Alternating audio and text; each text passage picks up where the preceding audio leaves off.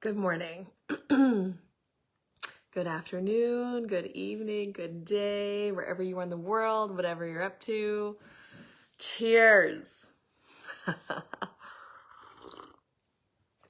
Coffee cheers, and welcome to this week's edition of Coffee Chat with me. I am Catherine Oster, and I'm actually near Strathmore, northeast of Calgary, between Calgary and Strathmore. Hey, Mom, good morning. At this beautiful place called Paola's Beauty Farm Day Spa Bed and Breakfast. And this is where we are having the bars and foundation class. Hi, Robert. And it is so gorgeous. Let me turn my camera around and you can see the master bedroom really quickly. Just gotta set my coffee down. Okay. So here we go. So there's this beautiful, hi Ross. And then there's a bathroom there, closet, bed. And then there's me again. And then there's like a futon. It's so beautiful here. And that's just part of it. I will actually, if you were on my email list, I'm gonna send out an email with a little video tour of this place. It's gorgeous. She's only been running it, I think, as a day spa and an Airbnb rental for a couple of years now. But Paola and her husband Jack are Italian, and they built this place in the 90s, kind of early 90s. I think she told us last night what year, but I don't remember anymore exactly. And then when their sons grew up, she's like, well, it's so big. What are we gonna, it was too big just for the two of them. So they built a smaller house next door, and then they started running this as a business. It's brilliant. So yeah, but that's not what I wanted to talk with you guys about this morning. I wanted to talk about, of course, the conversations in bars class yesterday. There's a couple of bars facilitators. Well, one that's going to be a bars facilitator and another lady who is renewing her license to facilitate bars classes, talking about money and receiving money. Now, if you didn't catch my chat last week about demand, go and take a listen to that one, because I talk about being a demand and how in there I talk about how money didn't matter to me. Like I didn't care about money, but I started to recognize that having more money in my life would allow me to create greater change and affect more people in an empowering way. If I started to allow myself to have more money. And so that was that's what I valued, and that's the energy that I've been using to create the money. So I can maintain my CF license, so I can have this riding arena and host clinics but there is a requirement of cash to pay for that. Anyway, so these ladies, hi Melissa. Oh, you just missed a quick tour, but you get to see it in person today. Melissa's coming over later today, so that's cool. Anyway, getting distracted.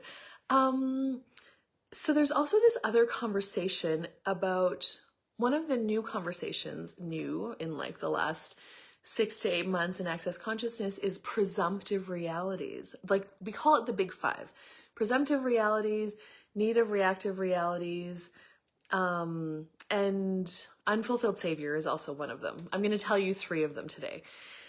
And presumptive reality is where we just presume things. Hey, Loretta, we do not ask questions. We presume. Good morning, Annalise.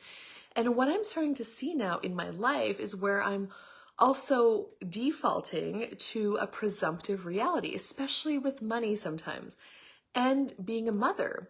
So Helena, my daughter, we just got her a new horse that is hers, and she's riding, and she wants to take clinics and ride him in lessons this winter, which is fantastic.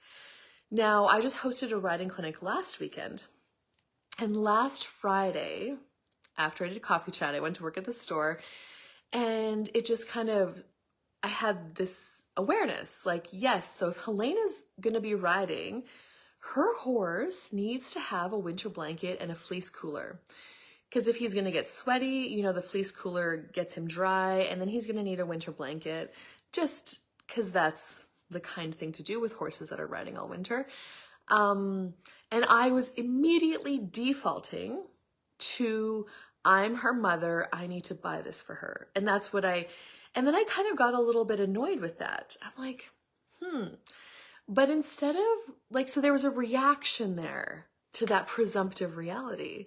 The reaction of annoyance or frustration on my part, thinking that I needed to buy her more stuff. So, and I'm like, whoa. But there was no question. And I'm like, well, do I actually have to buy her this? What if I asked her, you know, she has her own money now. She has her own checking account. Her and her brother have been selling eggs. They have been creating some of their own cash. I'm like, what would it create if I actually allowed her to make the choice? If she wants to ride her horse all winter, she can choose to buy her horse blankets. What would that create? And there was so much space and empowerment, and that made me feel lighter. That got me out of that reaction of frustration. And so she actually came into the store later last week on Friday with my mom, and I asked her, I'm like, hey, Helena, so you want to ride Sid and do these clinics and lessons all winter, right? And she's like, yes. And I'm like, okay, well, he's going to need a winter blanket and a fleece cooler. And what do you think about buying that for him? And she was like, oh yeah, Mom, I even brought my debit card today. I can buy that for him. And I'm like, and she was so excited. She got to pick which ones she wanted. And that, you know, there was no, like, she was more than happy to buy her own horse stuff with her own money. But I almost, like, I defaulted to that presumptive reality that I'm her mom, I need to do this for her. And kind of that savior, like, I'm her mom, I need to save her. You know, I talked before a few coffee chats ago about empowering her or saving her when she went to camp, and how another facilitator had to ask me that question. What do you want to do here, Catherine? Do you want to empower your daughter or do you want to save her? So this was kind of that again, like this is where it kind of shows up.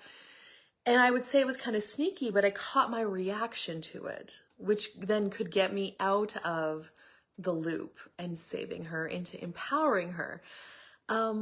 So, and that was the case with money, you know. Another thing that we talked about with these ladies is they're offering sessions. They're offering bar sessions, body process sessions. And one of the ladies talked about she doesn't want, like, if she accepts money for a session, she doesn't want that other person to be put out in any way, like, you know, to be hard up or strapped for cash after she gave her the money for her session. And I get it. Like, we care about people. We don't want people to be suffering. I get that. But I said to her, if you discount your session prices or just give away free sessions, are you empowering the person that's coming for a session? Or are you buying into their reality that they're believing that they don't have money and that they are lacking money? So are you aligning and agreeing with them that they don't have money, that they're poor and broke? And is that empowering them? Or what if you did not discount your session prices, and if they wanted a session bad enough and they dug into it and they created cash, is that empowering them to know that they can create? You know, if they want, like, this is a thing, if they value and they want to change bad enough that you can offer them, they will. And it's the same thing with the prices of access classes, actually, because I mean, they're not cheap. Like, foundation is $2,600. Plus you had to have taken a bars class, which is $450. So that's like $3,000. But if you go away, if you say, okay, well, you know, it's okay, you can't afford it, I'll give you a discount. Are you empowering them? Are you trying to save them? And buying into their reality is true. So that that. So what are you doing in your business with the people that you care about? And it is a caring, actually. That's where it comes from. But everything is the opposite of what it appears to be, and what is actually empowering versus saving.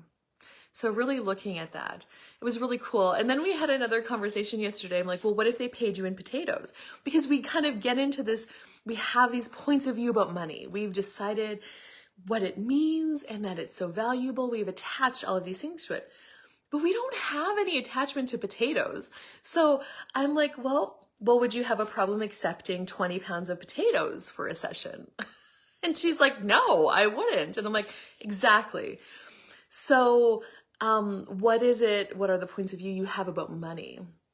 And I mean, you can use money to buy potatoes. Like it's the same thing. The person giving you potatoes, maybe they grew them, but they still had to put in money in terms of time and energy and effort into growing these potatoes to pay you for the session. It's so interesting getting into the insanity that we have, especially around money and bodies and aging and business.